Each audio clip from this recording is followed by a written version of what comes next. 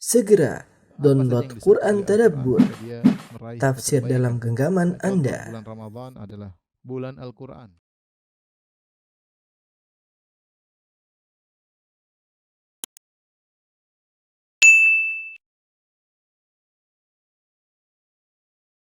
Bismillahirrahmanirrahim. Assalamualaikum warahmatullahi wabarakatuh.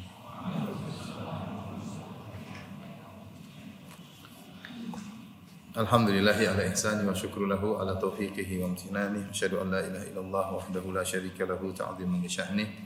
Wa asyhadu anna Muhammadan abduhu wa rasuluhu da'ila ridwani. Allahumma shalli alaihi wa ala alihi wa ashabihi wa ikhwani. Para hadirin dan hadirat Masjid Sholeh Hawa yang dirahmati oleh Allah Subhanahu wa taala.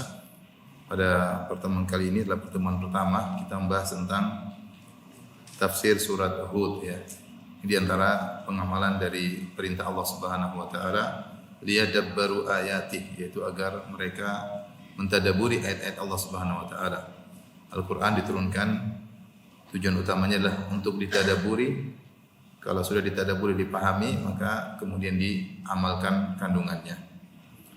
Pada kesempatan kali ini kita akan bahas tentang surat Hud ya. Surat Hud dikenal dengan nama Hud, surat Hud, tidak dikenal dengan nama yang lainnya. Ada sebagian surat namanya sampai 2 sampai 3 ya. Beberapa nama, tetapi kalau surat Hud namanya cuma surat Hud dan tidak dikenal memiliki nama yang lainnya.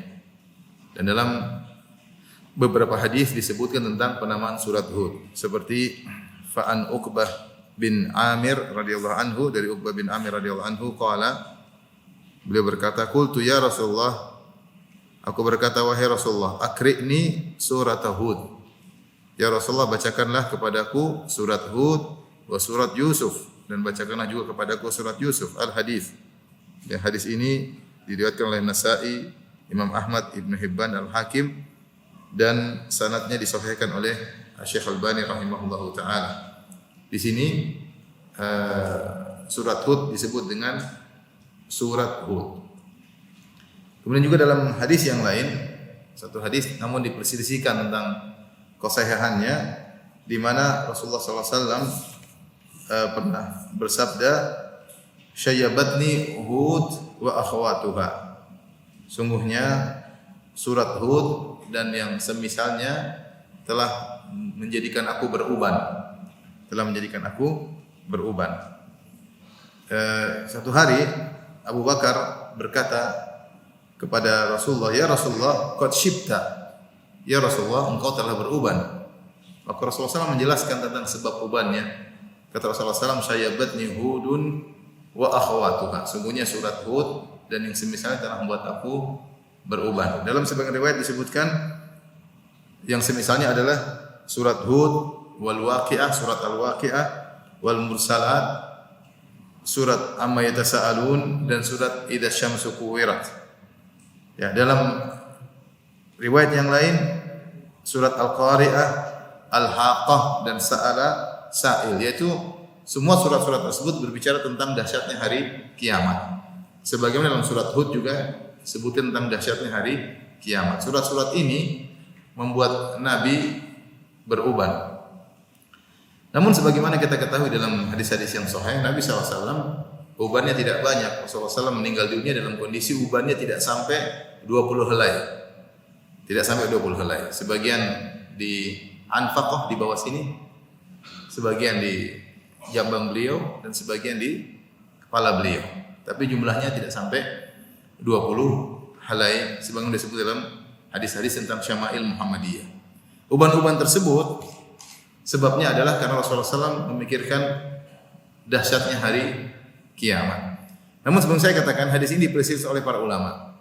Sebagian mengatakan hadis ini sahih, sebagian mengatakan hadisnya munqati karena dari riwayat Ikrimah dari Abu Bakar, sementara Ikrimah tidak bertemu dengan Abu Bakar radhiyallahu taala anhu. Ala kulli hal, meskipun diperselisihkan tentang sanadnya, tetapi ini adalah hadis-hadis tentang targhib dan tarhib, dan para ulama yatasahalun, bermudah-mudahan tidak terlalu tegas dalam hadis-hadis seperti ini ya. Sehingga sebagian ulama mensahihkan, sebagian ulama mengatakan hadisnya sanadnya terputus. Ya. Intinya hadis ini Rasulullah menamakan surah Hud dengan nama Hud. Syayabatni Hudun wa akhawatuha. Sungguhnya surat Hud telah membuat aku menjadi beruban.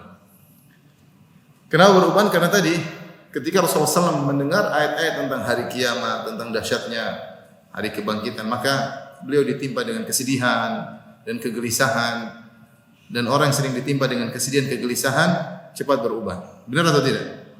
Nah, dalam satu hadis yang disahihkan atau dihasankan oleh Syekh Al-Albani rahimahullah taala, Nabi pernah berdoa, Allahumma inni a'udzubika min jarin su'. Ya Allah, aku berlindung kepada Engkau dari tetangga yang buruk, wa min zaujatin tushayyibuni qabla al-masyib, dan aku berlindung dari istri yang buat aku tua sebelum waktunya. Aku berlindung dari istri yang buat aku beruban sebelum waktunya. Sudah hafal doa itu belum? A'udzubika min zaujatin tushayyibuni qabla al-masyib. Aku berlindung kepada Engkau ya Allah dari istri yang menjadikan aku beruban sebelum waktunya. Coba. Sebagian beruban sebelum waktunya. Itu menunjukkan bahwasanya kalau istri enggak beres cepat bikin orang apa? Beruban ya. Tapi kalau istri beres insyaallah ubannya lambat. Tapi intinya Rasulullah SAW beruban karena memikirkan dahsyatnya hari kiamat yang disebutkan dalam kandungan surat Hud dan semisalnya seperti surat Hud, Al-Mursalat, Al-Waqi'ah, Al-Qari'ah, Amma yatasaalun, Idza syamsu kuwirat, dan surat-surat yang sa'ala sa'ilun, surat-surat yang semisalnya yang isinya tentang dahsyatnya hari kiamat. Baik. Ini terkait dengan nama surat. Ini namanya surat Hud. Kemudian terkait dengan apakah dia Makkiyah atau Madaniyah. Sering saya sampaikan bahwasanya surat-surat Al-Qur'an atau ayat-ayat Al-Qur'an terbagi menjadi dua. Ada yang namanya surat Makkiyah, ada yang namanya surat Madaniyah. Surat Makkiyah itu surat yang turun sebelum Nabi berhijrah. Namanya surat Makkiyah. Atau ayat Makkiyah adalah ayat yang turun sebelum Nabi berhijrah. Adapun surat Madaniyah atau ayat Madaniyah itu yang turun setelah Nabi berhijrah, meskipun turunnya di Mekah. Contohnya seperti firman Allah, Al-yawma akmaltu lakum dinakum wa atmamtu alaikum ni'mati wa raditu lakumul Islam madina. Pada hari ini aku telah sempurnakan bagi kalian agama kalian. Ayat ini turun di mana? Ketika turun di padang Arafah ketika Nabi sedang berhaji, Hajatul Wada. Ya. Turun di Mekah, tetapi dia adalah ayat Madaniyah.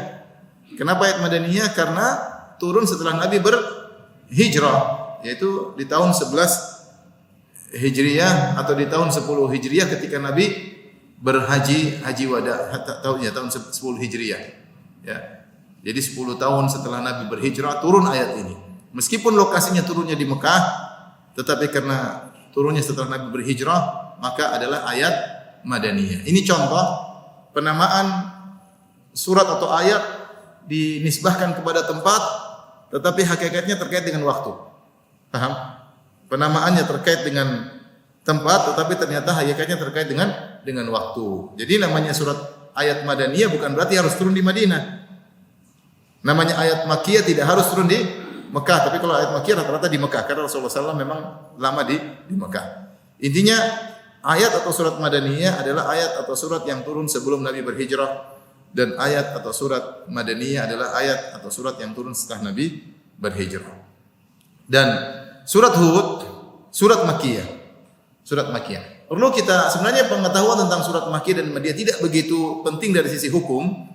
Tetapi ketika kita tahu surat ini atau ayat ini adalah Makkiyah, kita tahu nuansa Nabi dan para sahabat ketika itu. Berarti Nabi dan para sahabat sedang berdakwah di kota Mekah, sementara mereka diintimidasi, diteror, gangguan, banyak yang sebagian sahabat dibunuh, sebagian sahabat disiksa, harta mereka dirampas ya. Sehingga ketika kita tahu nuansa surat Makkiyah di mana kondisi Nabi seperti itu dan audiensnya kebanyakanlah orang-orang kafir Quraisy. Audiensnya adalah orang-orang kafir Quraisy. Dan ini adalah nuansa rata-rata surat-surat juz amma. Surat-surat juz amma itu rata-rata surat Makkiyah. Makanya pembahasannya topiknya tentang hari kiamat, tentang iman kepada Al-Quran, tentang iman kepada Rasulullah sebagai seorang Rasul. Kenapa? Karena 3 perkara ini diingkari oleh orang-orang kafir Quraisy. audiensnya adalah orang-orang kafir Quraisy. Berbeda ketika kita bahas tentang surat-surat Madaniyah atau ayat-ayat Madaniyah yang turun setelah Nabi berhijrah. Nuansanya tentang hukum-hukum karena audiensnya adalah para sahabat, kaum Muhajirin, kaum Ansar yang tinggal di kota Madinah. Nah, surat Hud adalah surat Makkiyah, turun ketika Nabi sedang di Mekah dan menghadapi kesulitan, menghadapi gangguan dari orang-orang kafir Quraisy. Maka para ulama mengatakan di antara fungsi surat Hud adalah tasliyah bagi Nabi. Tasliyah itu maksudnya pelipur lara bagi Nabi sallallahu alaihi wasallam. Kenapa? Karena dalam surat Hud dikisahkan tentang kisah nabi-nabi yang ditolak oleh kaumnya. Seperti kisah Nabi Hud, seperti kisah Nabi Nuh. Sehingga menjadi pelipur lara bagi Nabi sallallahu alaihi wasallam bahwasanya bukan kamu yang pertama kali ditolak oleh kaummu. Semuanya telah berlalu nabi-nabi sebelum engkau yang mereka juga ditolak oleh kaumnya, diusir oleh kaumnya, dihinakan oleh kaumnya. Bahkan dalam surah itu disebutkan tentang kisah Nabi Nuh alaihissalam yang berdakwah 950 tahun yang juga dihinakan oleh kaumnya. Makanya ketika Allah Subhanahu wa taala menyebutkan kisah Nabi Nuh dalam surat Hud, Allah mengatakan setelah Allah menyebutkan kisah Nabi Nuh, kata Allah, wasbir innal aqibata lil muttaqin. Bersabarlah wahai Rasulullah, sungguhnya kesudahan yang indah bagi orang-orang yang bertakwa. Jadi surat-surat ini, surat Hud memberi hiburan kepada Nabi agar Nabi bersabar dan hiburan bagi para sahabat karena surat ini akan dibacakan oleh Nabi kepada para sahabat sehingga mereka tetap tegar ketika berdakwah di masa-masa sulit. Ketika ada kisah nabi-nabi terdahulu yang juga pernah mengalami apa yang mereka rasakan sekarang ini menjadikan mereka semakin bersabar. Makanya di antara tujuan utama dari surat Hud adalah tasliyah, yaitu pelipur lara bagi Rasulullah sallallahu alaihi wasallam. Nah, apakah seluruh ayat dalam surat Hud adalah Makkiyah? Sebagian surat ada yang langsung turun sekaligus seperti Al-Fatihah. Ya, seperti surat Al-Asr, terutama surat-surat pendek. Tetapi sebagian surat enggak. Turun sebagian, nanti sebagiannya di waktu yang lain. Contoh surat Al-Alaq, surat yang pertama kali turun kepada Nabi, Iqra bismi rabbikal ladzi khalaq. Yang pertama turun cuma 5 ayat. Iqra bismi rabbikal ladzi khalaq, khalaqal insana min 'alaq, Iqra wa rabbukal akram, alladzi 'allama bil qalam, 'allamal insana ma lam ya'lam. Kemudian berhenti. Kemudian banyak kejadian-kejadian baru turun ayat-ayat berikutnya nanti belakangan. Sama seperti surat Al-Baqarah, tidak semua gelondongan turun sekaligus, tidak. Sebagian turun nanti belakangan diselipi dengan surat-surat yang lain, baru kemudian ada ayat yang lain. Makanya untuk urutan ayat dalam Al-Qur'an, maka itu adalah wahyu dari Allah. Nanti turun ayat Rasulullah mengatakan, "Ij'al hadhihi", jadikan ayat ini di bawah ayat ini. Jadikan ayat ini di bawah ayat ini. Rasulullah yang tentukan. Rasulullah yang tentukan. Jadi tidak semua surat gelondongan langsung turun sekaligus. Sehingga ada kemungkinan surat dalam surat tersebut ada ayat Makkiyah, ada ayat Madaniyah. Itu mungkin terjadi. Contohnya sebenarnya Allah mengatakan seperti surat Hud. Surat Hud asalnya ayat surat Makkiyah. Artinya seluruh ayat dari awal sampai akhir sepakat para ulama Makkiyah. Cuma mereka khilaf tentang 3 ayat. Tentang 3 ayat, yaitu ayat yang 12, ayat 17, ayat 114.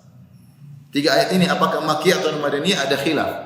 Terutama firman Allah Subhanahu wa taala, "Wa aqimis salata tarafayn nahari wa zulafan minal laili, innal hasanati yudhhibna sayyi'at, dzalika dzikra lidz-dzakirin." Ayat ini banyak ulama mengatakan dia ayat Madaniyah karena turun ayat ini ketika kasus seorang sahabat di kota Madinah yang mencembui seorang wanita, tidak digauli, kemudian dia ketakutan, kemudian datang kepada Nabi, dia berkata, "Ya Rasulullah, aqim alayya haddan." Ya Rasulullah, tegakkanlah hukum had bagiku. Karena dia merasa bersalah. Dan itu terjadi di kota Madinah. Kemudian turun ayat ini. Wa aqimis salata tarafayn nahari wa zulafan minal lail. Jadikanlah salat di penghujung hari, pagi, petang maupun sore hari, ya. Dan sebagian malam hari, di pagi hari, petang hari dan di malam hari.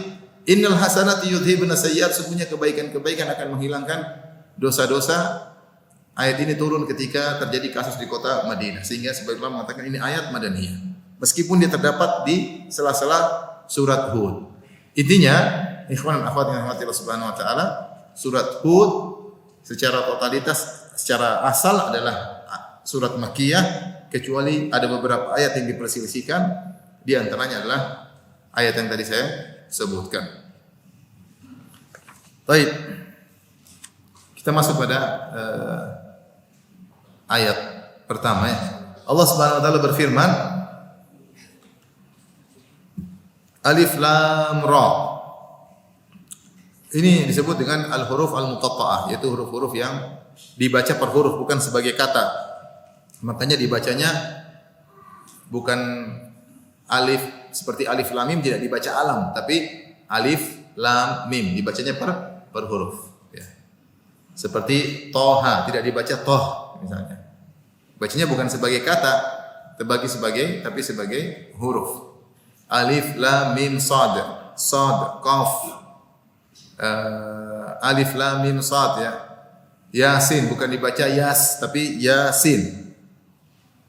Para ulama khilaf tentang maksud daripada ayat-ayat yang seperti ini, al-huruf al-muqatta'ah. Namun pendapat yang lebih kuat, Allah alam bisawab, dia tidak ditafsirkan sebagai suatu kata karena dia adalah dibaca per huruf. Dibaca per huruf, bukan dibaca sebagai apa? Kata. Seandainya dibaca sebagai kata, maka mungkin bisa ditafsirkan. Ada yang mengatakan singkatan dari beberapa kata-kata, tapi intinya pendapat yang lebih kuat, ayat-ayat tersebut yang disebut dengan al-huruf al-muqatta'ah, huruf-huruf yang dibaca per huruf yang didatangkan di awal-awal surat, fungsinya adalah sebagai peringatan kepada orang-orang kafir Quraisy bahwasanya Al-Qur'an diturunkan dengan huruf-huruf hijaiyah yang kalian mahir tentang huruf-huruf tersebut dan kalian berbicara dengan huruf-huruf tersebut, tapi kalian tidak mampu untuk mendatangkan semisal Al-Qur'an. Jadi seperti alif lam mim, kalian orang-orang Quraisy, Abu Jahal, Abu Lahab, Al-Walid bin Mughirah, Nadhr bin Harith, Utbah bin Rabi'ah, Syaibah bin Rabi'ah, semuanya bisa baca huruf hijaiyah. Tetapi mereka tidak mampu mendatangkan semisal Al-Qur'an. Sehingga ini semakin menguatkan bahwasanya Al-Qur'an itu bukan karangan Muhammad. Ya, bukan karangan Muhammad, tapi dia dari firman Allah Subhanahu wa taala. Jadi huruf-huruf muqatta'ah tersebut sebagai peringatan Al-Qur'an adalah mukjizat dari Allah Subhanahu wa taala. Dan Ibnu Katsir rahimahullah dalam kitabnya Al-Bidayah wa Nihayah menyebutkan demikianlah banyak nabi-nabi yang Allah turunkan mukjizat kepada mereka terkait dengan sesuatu yang lagi viral atau booming ketika zaman tersebut. Contohnya Nabi Isa alaihissalam diutus di zaman ketika itu lagi viral masalah pengobatan. Orang lagi booming tentang pengobatan. Ya, kemudian ada penyakit yang tidak bisa disembuhkan, yaitu penyakit sopak dan penyakit buta. Ternyata Nabi Isa bisa menyembuhkan. Bahkan orang mati bisa dihidupkan. Sehingga dia punya mukjizat yang mengungguli orang-orang tatkala itu. Di zaman Nabi Musa alaihissalam lagi viral tentang ilmu sihir. Orang lagi gandrung ilmu sihir. Orang pada bangga kalau jago ilmu sihir. Tahu-tahu Nabi Musa alaihissalam didatangkan oleh Allah mukjizat yang bukan sihir. Tapi mukjizat dari Allah Subhanahu wa taala yang mengungguli semua para penyihir, ya. Makanya para penyihir tahu ini bukan sihir, makanya mereka beriman kepada Nabi Musa. Karena apa yang dibawa oleh Nabi Musa alaihissalam mengungguli sihir dan bukan sihir. Sesuatu yang seperti sihir tapi bukan sihir. Dia mengungguli apa? Sihir. Kemudian juga seperti Nabi Yusuf alaihissalam. Nabi Yusuf alaihissalam diutus di zaman lagi gandrung tafsir mimpi. Banyak orang yang pandai menafsirkan mimpi. Tetapi tidak ada yang menafsirkan mimpi 100% benar. Pasti ada salah-salahnya. Kadang benar, kadang salah. Mungkin 80% benar, 20% salah. Tetapi Nabi Yusuf alaihissalam diajarkan oleh Allah. Wa nu'allimuka min ta'wilil hadits. Allah kami mengajarkan kepada engkau tentang ilmu tafsir mimpi sehingga Nabi Yusuf kalau mentafsirkan 100% benar. 100% benar ya. Sehingga akhirnya dia memiliki mukjizat yang tidak dimiliki oleh yang lainnya ketika itu. Seperti juga sebagian ulama menyebut tentang mukjizat Nabi Hud. Nabi Hud diutus suatu kaum yang sangat kuat. Kaum Ad itu adalah kaum yang sangat kuat. Yang mereka bangga dengan kekuatan mereka, mereka berkata, "Man asyaddu minna quwwah." Siapa yang lebih kuat daripada kami? Tidak ada yang lebih kuat. Disebutkan dalam buku tafsir, kalau kaum Ad ingin ngamuk pada kampung yang lain, dia cuma ngutus satu orang aja. Jadi misalnya mau hancurin ceger, kirim satu orang aja. Enggak usah banyak, satu orang aja. Tapi kuat banget, dia bisa angkat batu, melempar orang, saking kuatnya. Sampai dia mengatakan, man asyaddu minna quwwah, siapa yang lebih kuat daripada kamu. Tapi Nabi Hud pernah tantang mereka dan mereka tidak bisa mencelakakan Nabi Hud. Nabi Hud sendirian, kata Nabi Hud, fakiduni jami'an thumma la tunzirun. Kalian seluruhnya kumpul bikin masalah sama saya dan tidak usah tunggu-tunggu. Inni tawakkaltu 'ala Allahi rabbi wa rabbikum. Aku bertawakal kepada Allah dan mereka tidak mampu mencelakakan Nabi Hud padahal mereka jago-jago. Katanya Nabi Hud mengungguli kekuatan mereka.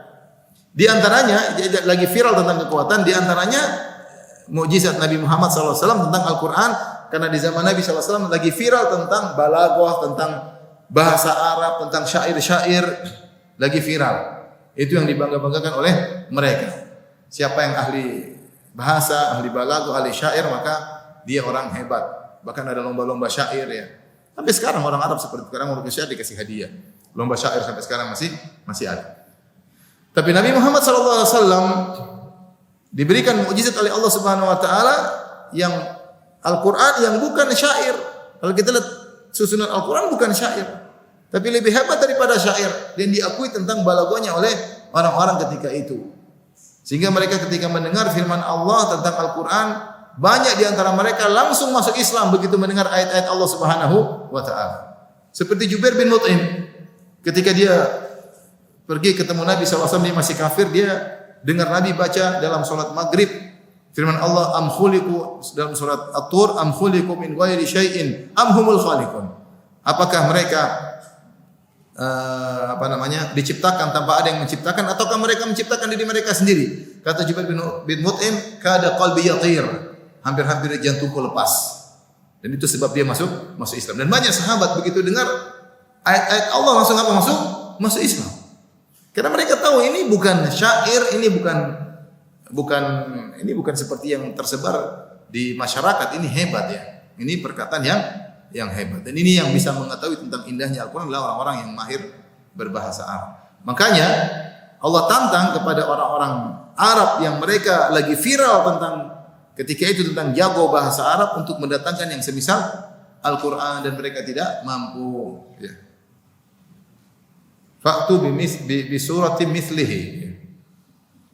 Fa'tu bi asyri suwarin mithlihi muftariyatin.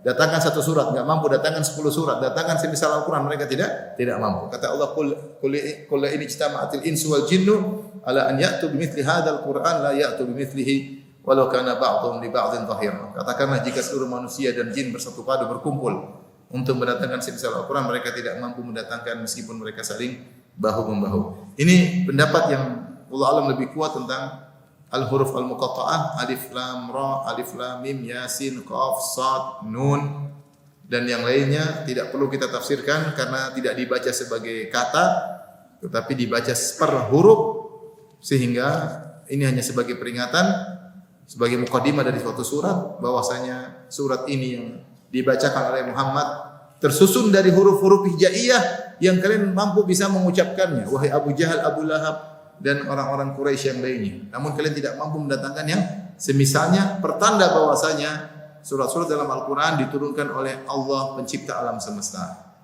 Ya. Baik. Allah Subhanahu wa taala berfirman, "Kitabun uhkimat ayatuhu."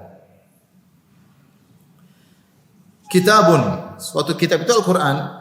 Kata Al-Alusi didatangkan dengan tanwin li ta'zim, untuk untuk di pengagungan. Ini metode bahasa Arab. Kadang-kadang dikasih tanwin sebagai bentuk pengagungan. Artinya kitab inilah kitab yang agung, kitab yang agung. Uhkimat ayatuhu, yang disusun dengan rapi. Ihkam secara bahasa Arab artinya kokoh. Kokoh, misalnya kalau kita sudah ngikat sesuatu, sudah muhkam belum? Ya sudah muhkam. Ikatnya sudah kokoh, tidak bakalan lepas misalnya. Namanya dikatakan muhkam. Ya. Mutqan. Jadi sudah suatu yang sudah kokoh, yang sudah sempurna, ya. Itu namanya muhkam. Bahasa Arab namanya muhkam. Tidak ada kesalahan, tidak ada kekurangan. Itu namanya muhkam. Ya. Sehingga yang kitabun uhkimat ayatuhu, yaitu kitab ini yang ayat-ayatnya muhkam, maksudnya tidak ada kesalahannya. Saya bacakan perkataan Al-Alusi indah ya. Dia mengatakan uhkimat ayatuhu nuzimat nazman muhkaman la yatra'u alaihi ikhtilal. Disusun dengan susunan yang kokoh yang tidak bisa ditimpa dengan kerusakan atau kesalahan. Fala yakunu fi tanaqudun, tidak ada kontradiktif dalam Al-Qur'an. Au mukhalafatun lil waqi', tidak ada yang menyelisih realita. Sudah berjalan lebih dari 1000 tahun, tidak ada satu ayat dalam Al-Qur'an yang menyelisih realita. Karena yang nyusun Allah Subhanahu wa taala. Kemudian wal hikmah au syai'un mimma yukhillu bi fasahati dan wa balaghati, dan tidak ada ayat-ayat satupun yang menunjukkan salah kefasihannya, salah balaghahnya. Al-Qur'an dari awal sampai akhir sempurna. Ya. Makanya disebutkan kalau hewan dikatakan dalam bahasa Arab ahkamtu dabbah, aku telah mengihkam hewan, yaitu hewan itu dikasih apa namanya, di mulutnya dikasih kali kekang sehingga dia sudah enggak banyak gerak lagi. Itu namanya hewan tersebut sudah muhkam. Makanya Allah berfirman, la ya'tihil batilu min baini yadayhi wala min khalfihi tanzilun min hakimin hamid. Al-Qur'an itu tidak ada kebatilan yang datang dari depannya maupun dari belakangnya. Mau dicari-cari kesalahannya, tidak akan ditemukan kesalahannya. Afala yatadabbaruna al-Qur'an? Tidakkah mereka mentadabburi Al-Qur'an? Allah tantang orang-orang kafir Quraisy. Silakan tadabburi Al-Qur'an, silakan cari kesalahan Al-Qur'an. Walau kana min 'indi ghairillah lawajidu fi ikhtilafan katsira. Seandainya Al-Qur'an bukan dari Allah, tentu mereka akan mendapati banyak kontradiktif. Banyak kontradiktif. Ini makna kitabun uhkimat ayatuhu. Al-Qur'an semua ayatnya muhkam. Tsumma fussilat, kemudian diperinci. Disusun oleh Allah Al-Qur'an dengan muhkam, dengan kokoh.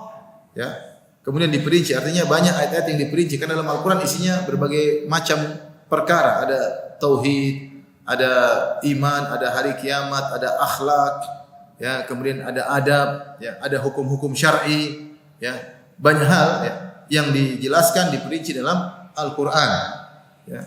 Hukum-hukum yang terkait tentang kemasyarakatan, hukum terkait dengan kenegaraan, kisah-kisah terdahulu, pelajaran-pelajaran dari kisah-kisah terdahulu, perkara-perkara sosial. Al-Qur'an luar biasa. Siapa yang baca dari awal sampai akhir dia tahu bahwasanya perinciannya luar biasa. Semua permasalahan yang kita hadapi sudah ada jawabannya di Al-Qur'an. Tentunya Al-Qur'an membutuhkan tafsirnya, itu hadis-hadis Nabi sallallahu alaihi wasallam. Ya. Tapi dia adalah kitab yang Allah susun secara bahasa kita mutqan, muhkam, profesional, yang terus berlaku sampai hari kiamat kelak. Kita tidak butuh ayat-ayat baru, enggak butuh. Kita enggak butuh ayat-ayat apa? Baru. Makanya di antara kehebatan Al-Qur'an, semua permasalahan ada di Al-Qur'an. Ya, semua permasalahan ada di Al-Qur'an. Kaidah-kaidah sudah termaktub dalam Al-Qur'an. Tsumma fussilat, kemudian diperinci ayat-ayat tersebut min ladun hakimin khabir, yang turun dari Allah yang hakim, yang maha bijak dan khabir. Hakim maknanya adalah meletakkan suatu pada tempatnya. Di antara makna hakim, meletakkan suatu pada tempatnya. Karena Allah hakim, semua keputusan Allah pasti bijaksana. Di antara makna hakim juga yaitu tidaklah Allah melakukan suatu kecuali ada hikmah di balik itu. Tapi maksud di sini hakim adalah meletakkan suatu pada tempatnya, sehingga seluruh ayat yang Allah turunkan semuanya tepat pada tempatnya. Semua hukum yang Allah turunkan tepat pada tempatnya. Jadi pas. Itulah hakim. Khabir maknanya adalah al-alim, yang maha mengetahui. Tetapi sering Allah menggunakan kata khabir terkait dengan pengetahuan yang detail. Pengetahuan yang detail. Jadi sifat ilmu adalah sifat yang umum, sifat khibrah sifat yang lebih spesifik, yaitu ilmu tentang perkara-perkara yang detail. Kalau bahasa kita, kalau dikatakan seorang khabir itu orang yang pakar, ahli. Ini khabir ini, pakar ahli. Kenapa? Dia tahu perkara-perkara detail. Dia tahu perkara-perkara detail. Artinya apa? Wajar jika Al-Quran itu muhkam, kokoh, tidak ada kesalahannya sama sekali. Karena yang menurunkannya adalah zat yang maha bijak dan maha khabir. Dia tahu apa yang terjadi dari awal sampai akhir. Dia tahu seluruh tentang makhluknya. Dia tahu sifat-sifat makhluk yang dia ciptakan. Sehingga dia turunkan kitab suci yang cocok buat mereka dari sampai hari kiamat. Ya Allah jelaskan namanya ta'lil, penjelasan. Kenapa Al-Quran adalah kitab yang muhkam, yang kokoh, tidak mungkin ada kesalahannya. Karena yang menurunkannya adalah zat yang maha khabir. Kalau orang membuat sesuatu tapi ilmunya kurang, sering ada miss-nya, ada kesalahannya. Tahu-tahu aduh keliru. Tahu-tahu miss, tahu-tahu tidak pas, harus dirubah lagi, harus revisi lagi. Sifat manusia. Kenapa demikian? Karena ilmunya kurang. Kalaupun dia punya ilmu secara global tidak detail, sehingga terkadang dia miss pada perkara-perkara detail. Itu baru terkait zaman sekarang, ternyata 5 tahun berikutnya sudah tidak cocok lagi. Kenapa? Ilmunya hanya terkait zaman sekarang, dia tidak punya ilmu tentang masa depan, sehingga produk-produk yang dia buat hanyalah muhkam pada waktu tertentu di zaman tertentu. Tapi ketika Allah Subhanahu wa taala yang Maha mengetahui segalanya, makhluknya secara detail, sampai hari kiamat dia tahu secara detail apa yang terjadi segalanya, maka dialah yang lebih mengetahui tentang hukum ayat-ayat yang pas turun bagi manusia. Makanya hukum yang berhak hanyalah Allah Subhanahu wa taala. Lihatlah hukum-hukum yang dibuat oleh manusia. Revisi, di demo, ribut lagi, tambahin, kurang lagi, namanya hukum manusia. Tidak cocok lagi, ya. Diinjak-injak terkadang diangkat lagi, begitulah hukum. Karena yang membuatnya penuh dengan kejahilan. Yang buatnya penuh dengan kejahilan, penuh dengan hawa nafsu. Beda dengan ayat-ayat yang Allah turunkan. Karena Allah adalah hakim dan khabir. Setelah itu Allah berfirman, atau sudah? Sudah cukup? Hah?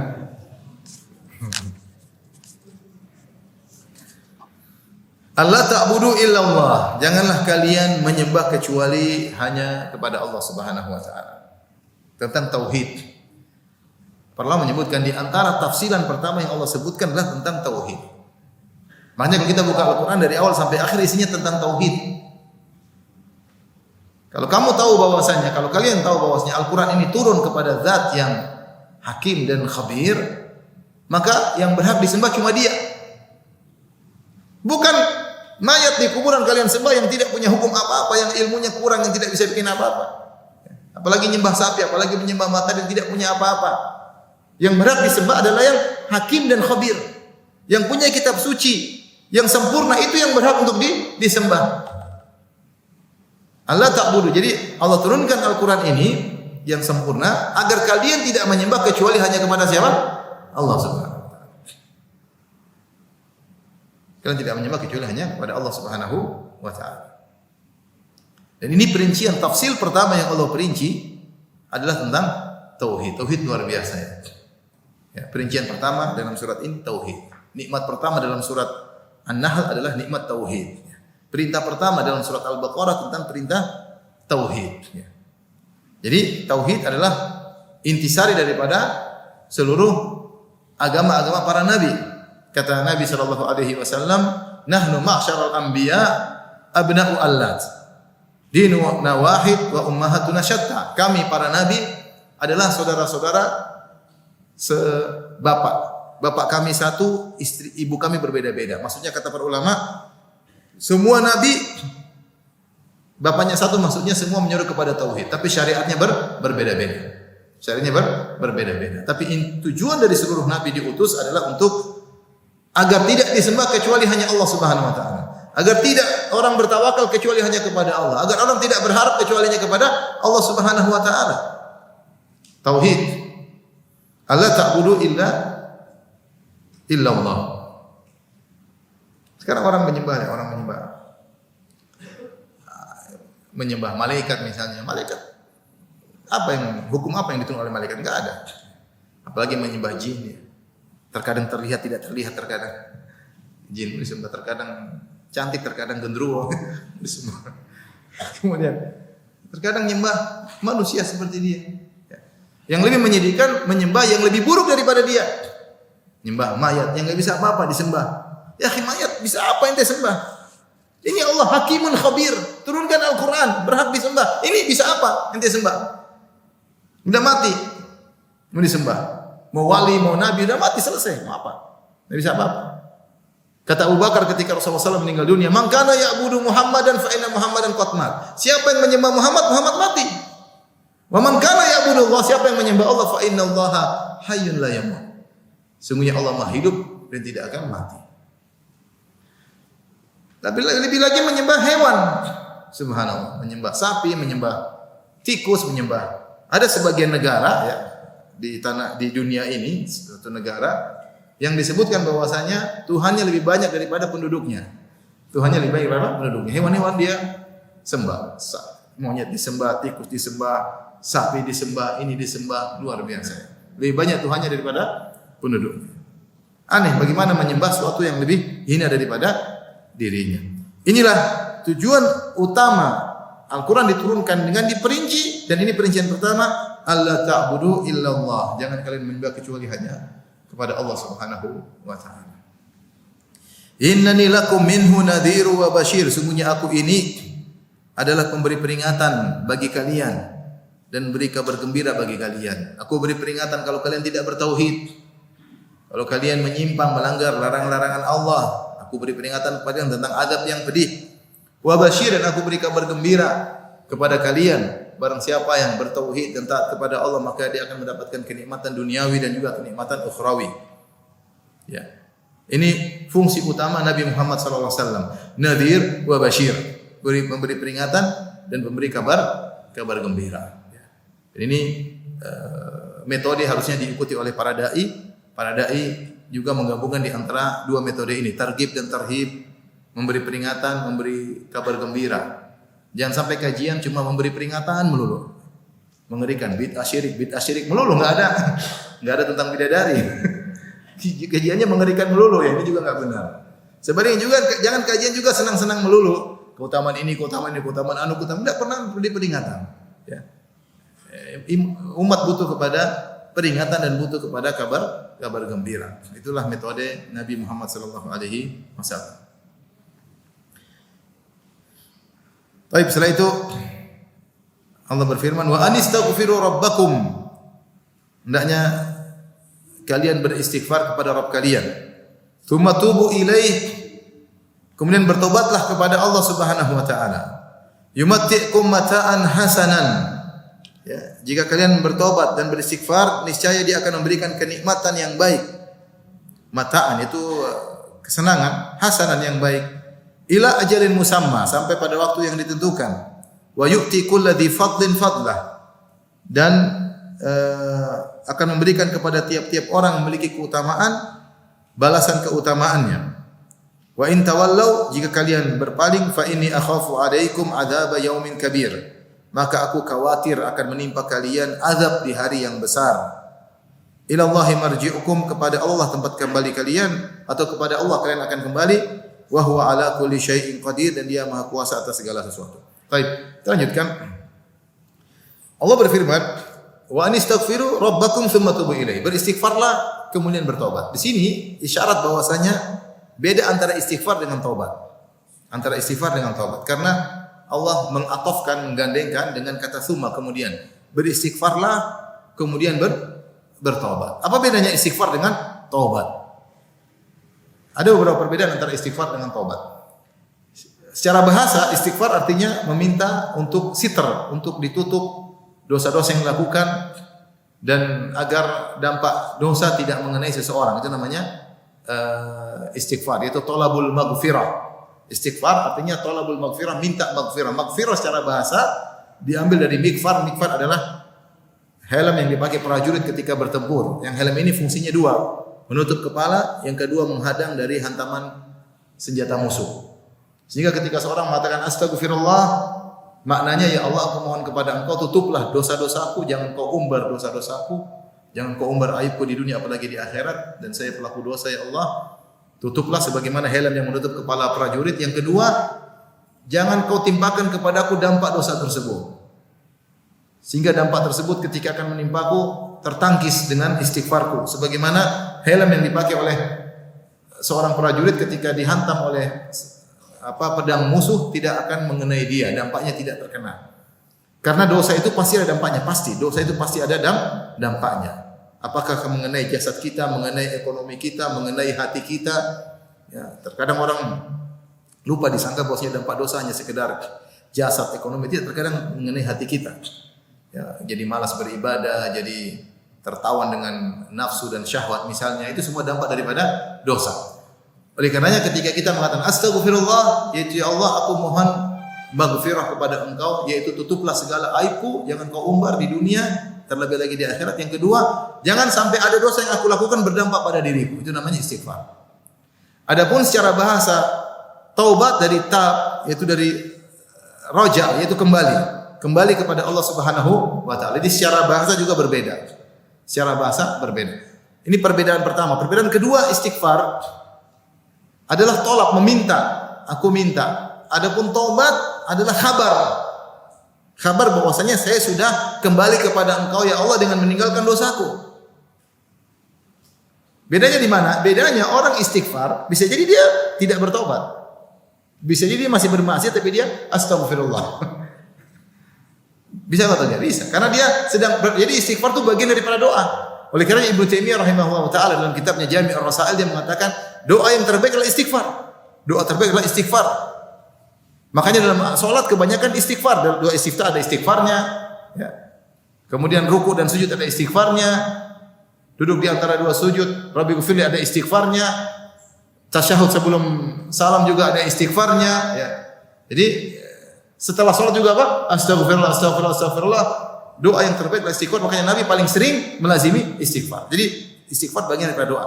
Beda dengan taubat. Taubat adalah kabar tentang kondisi seseorang. Ya Allah saya bertobat. Maksudnya apa? Ya Allah saya meninggalkan maksiat dan saya kembali kepada Engkau. Beda atau tidak? Beda. Ini beda kedua. Jadi istighfar tolak, memohon, doa. Taubat adalah kabar tentang kondisi seseorang. Yang ketiga tadi namanya orang istighfar bisa jadi dia masih berdosa. Dia masih berdosa dan dia minta ampun. Betapa banyak orang seperti itu. Masih praktek riba, astagfirullah, tapi besok masuk lagi. Astagfirullah, begitu aja. Orang yang melihat film-film yang enggak benar, astagfirullah, tapi besok nonton lagi. Dia minta ampun kepada Allah. Allah ampuni atau tidak, terserah Allah Subhanahu wa taala. Tapi dia mohon ampunan meskipun dia masih melakukan. Tapi kalau taubat, enggak, namanya orang taubat dia sudah tidak melakukan karena syarat taubat dia harus al-iqla' anidz-dzam, dia harus meninggalkan dosa tersebut baru dikatakan dia bertobat karena kembali. Karena dia kembali. Kalau dia masih melakukan belum dikatakan dia kembali. Oleh karenanya dilihat dari konteks ayat ini, taubat kedudukannya lebih tinggi daripada istighfar. Wa anistaghfiru rabbakum, beristighfarlah kepada Rabb kalian, tsumma kemudian tubu ilaih, kemudian bertobatlah kepada Allah. Dalam bahasa kita, orang yang istighfarnya sempurna, dia akan sampai pada derajat apa? Taubat. Kalau istighfarnya sempurna akan sampai pada derajat apa? Taubat. Ini beda antara istighfar dengan taubat. Nah, seorang berusaha menggabungkan di antara keduanya. Di antara doa Nabi, Rabbighfirli wa tub alayya innaka antat tawwabur rahim. Ya Allah ampunilah aku dan terimalah taubatku. Sesungguhnya Engkau Maha penerima taubat. Astaghfirullah wa atubu ilaih. Astaghfirullah wa atubu ilaih. Ya. Ada dosa-dosa yang belum kita tinggalkan, ada dosa yang bisa kita tinggalkan. Kita beristighfar dan bertobat. Dan istighfar yang sempurna adalah bertobat. Dan makna wa tub alayya, Rabbighfirli wa tub alayya, ya Rabbku, ampunilah aku, istighfarlah aku beristighfar kepadamu, wa tub alayya, dan berilah taubat kepadaku. Dua makna. Kalau seorang sudah bertobat, maka terimalah taubatku ya Allah. Maknanya kalau dia belum bertobat, ya Allah ilhamkan kepada aku agar aku bisa bertobat. Aku masih tertawan oleh maksiat ini, aku belum bisa meninggalkannya. Semua maksiat sudah aku tinggalkan ya Allah, kecuali rokok belum bisa. Misalnya. Semua maksiat sudah aku tinggalkan kecuali nonton film, aku belum bisa. Bulan Ramadan masih nonton film ya. Belum bisa. Wa tub alayya, ya Allah ilhamkan aku untuk apa? Bertobat. Kita masing-masing ada dosa yang belum kita bisa tinggalkan, ada. Ada ya, macam-macam, masing-masing punya dosa sendiri-sendiri. Ya, ada sebagian wanita masya Allah baik semuanya tapi suka angkat suara sama suaminya. Itu dosa belum bisa ditinggalkan. Makanya dia bilang apa? Wa tub alayya. Ya Allah, terimalah, buatkan aku bertobat agar aku tidak menjadikan suamiku cepat tua. Dengan mengangkat suara melulu. Saya mau cerita satu kisah tapi enggak usah lah. Baik, wa anistaghfir rabbakum tsumma tubu ilaihi. Apa manfaatnya? Kata Allah, yumatikum mata'an hasanan ila ajalin musamma. Kalau kalian istighfar dan bertobat, Allah akan berikan kepada kalian mata'an, kesenangan hasanan yang indah ila ajalin musamma, sampai pada waktunya. Jadi istighfar dan tobat bukan hanya mendatangkan keuntungan ukhrawi, tapi duniawi juga dapat. Duniawi juga apa? Dapat. Di antaranya dalilnya ini. Seperti dalam surat Nuh juga, ya qul tastaghfiru rabbakum innahu kana ghaffara yursilis samaa'a 'alaikum midrara wa yumdidukum bi amwalin wa banin wa ja'alakum jannatin wa ja'alakum anhara. Bertobatlah kepada Allah, niscaya Allah akan turunkan kepada kalian hujan yang deras yang berkah. Allah akan berikan kalian anak yang banyak, Allah akan berikan rezeki yang banyak, Allah akan bukakan sungai-sungai bagi kalian, Allah akan tumbuhkan bagi kalian tumbuhan. Ya. Istighfar mendatangkan keuntungan dunia bukan cuma ukhrawi. Di antaranya Allah sebutkan secara global, yumatikum mata'an hasanan. Allah akan berikan kepada kalian kesenangan yang indah bagi orang yang bertobat. Orang yang bertobat dia pasti merasakan kebahagiaan pasti. Entah hartanya banyak atau sedikit, kalau dia sering bertobat, sering beristighfar, mengakui kesalahannya, dia pasti mata'an hasan, dia pasti bahagia. Pasti. Karena mengatakan, Ustaz saya sudah istighfar melulu enggak ada duit. Mungkin ada yang bilang begitu. Katanya Ustaz kalau sering istighfar, sering tobat banyak duit. Tidak harus. Tapi pasti kamu bahagia. Kalau istighfarmu benar, taubatmu benar, pasti kamu apa? Ada mata'an hasanah, ada kesenangan yang indah. Duniawi, belum apa? Belum akhirat. Kenapa ikhwan? Karena yang bikin masalah, problem bagi kita, semuanya dosa kita. Wa ma asabaka min sayyi'atin fa min nafsik. Apapun problem yang keburukan yang menimpamu adalah dari dirimu sendiri. Ma asabakum min musibatin fa bima kasabat aydikum. Tidak ada musibah yang menimpa kalian kecuali akibat ulah perbuatan kalian. Zaharal fasadu fil barri wal bahri ma kasabat aydin nas. Telah nampak kerusakan di lautan lautan akibat dosa-dosa manusia, semua gara-gara dosa. Yang bikin masalah kita di dunia dosa. Di dunia, apalagi di alam barzah, apalagi nanti di akhirat kelak. Oleh karenanya untuk menghilangkan problem kita di antara istighfar dan bertobat. Istighfar dan bertobat. Nah, kalau orang sering beristighfar dan bertobat, maka Allah akan berikan bagi dia kesenangan mata yang indah. Yang indah. Tetapi Allah ingatkan, ila ajalin musamma. Sampai pada waktunya itu kalian akan meninggal dunia. Kalian jangan benar diberikan kenikmatan dunia, tapi kenikmatan duniawi itu hakir, hina. Sebagian ahli tafsir mengatakan Allah menggunakan lafal mata, bana itu kan artinya barang yang akan expire. Entah itu sesuatu yang mata artinya kullu ma yuntafa'u bihi. Segala perkara yang bisa diambil manfaatnya, tetapi dia akan expire. Dia akan sirna. Apa itu makanan, apakah itu minuman, apakah barang kita pakai, apakah rumah yang kita tinggali, apakah kendaraan yang kita gunakan, semuanya dalam bahasa Arab namanya mata. Mengisyaratkan bahwasanya suatu tersebut akan selesai. Mata, meskipun indah, mataan hasanan, tapi Allah ingat itu kenikmatan dunia mataun qalil. Tidak ada bandingannya dengan kenikmatan di akhirat. Makanya kenikmatan akhirat tidak dinamakan dengan mata. Karena mata itu isyaratnya akan selesai, akan rusak. Mata barang kalau bahasa kita akan rusak. Allah menggunakan kata mata untuk kenikmatan duniawi yang akan sirna, akan selesai. Entah dia rusak sebelum kita atau kita akan rusak sebelum dia. Meskipun indah, ila ajalin musamma, sampai pada waktunya akan selesai. Paling tidak engkau meninggal selesai. Artinya benar kau dapatkan kenikmatan tersebut, tapi ingat ada kenikmatan yang lebih indah di mana di akhir. Di akhir. Tapi intinya istighfar itu dan tobat memberikan kebahagiaan di dunia, mataan hasanan ila ajalin musamma, sampai pada waktunya, sampai kamu meninggal atau sampai barang tersebut waktunya selesai. Kemudian kata Allah, wa yu'ti kulladzi fadlin fadlah. Dan Allah akan memberikan kepada setiap pemilik keutamaannya. Ini bisa dipakai enggak?